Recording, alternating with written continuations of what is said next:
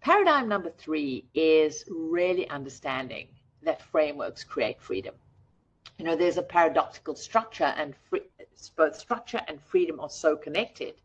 I often use this analogy that, you know, a river can only be a river, and it can only flow and express itself and feel itself and its power and bring its life force and flow to the destiny of where it's meant to be, because it's got riverbanks, because it's got something holding it. And this is this paradox. You need both the riverbanks and the river in order to create and have life. This is the yin and the yang.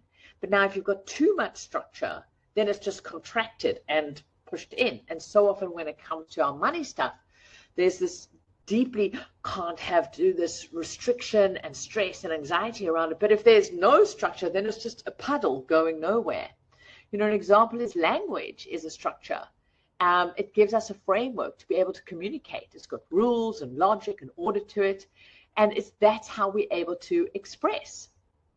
And so this is where we have things like freedom of expression. In order to be able to express ourselves, communicate, connect, we've got to have structure and the rigor of language to create it. And the same when it comes to our wealth.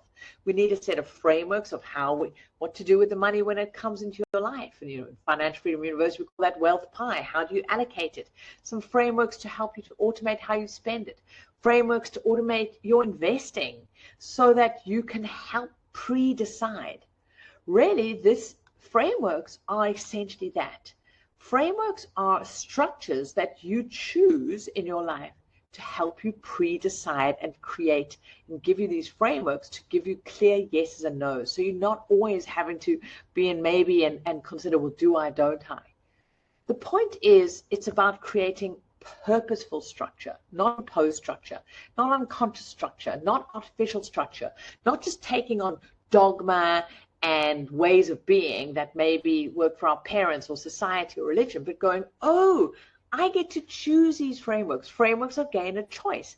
We put them in service of our life because we understand that the set of rules or the set of processes we put in place are essentially pre-deciding our choices, automating our way to have far more agency, freeing ourselves to flow like that river. And that's the very point. The framework is to be generative.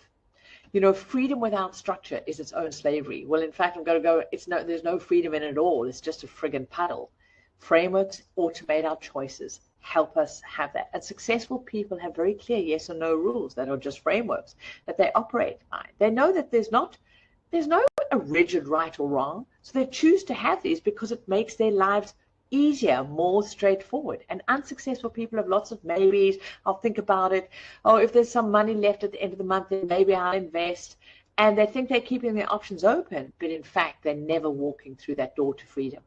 Frameworks and structures automate your choices. Freedom means choosing and committing, and then putting in place systems and processes and leveraging on that to make it easier and easier. They build confidence. It reduces the need for willpower and determination because you've got your yeses and nos already decided. They create momentum. They enhance spontaneity and creativity. Go figure, because you're not burning up all of your energy trying to, well, should I, shouldn't I do that? And so this is the real paradox, these paradigms. I hope you're sort of getting that.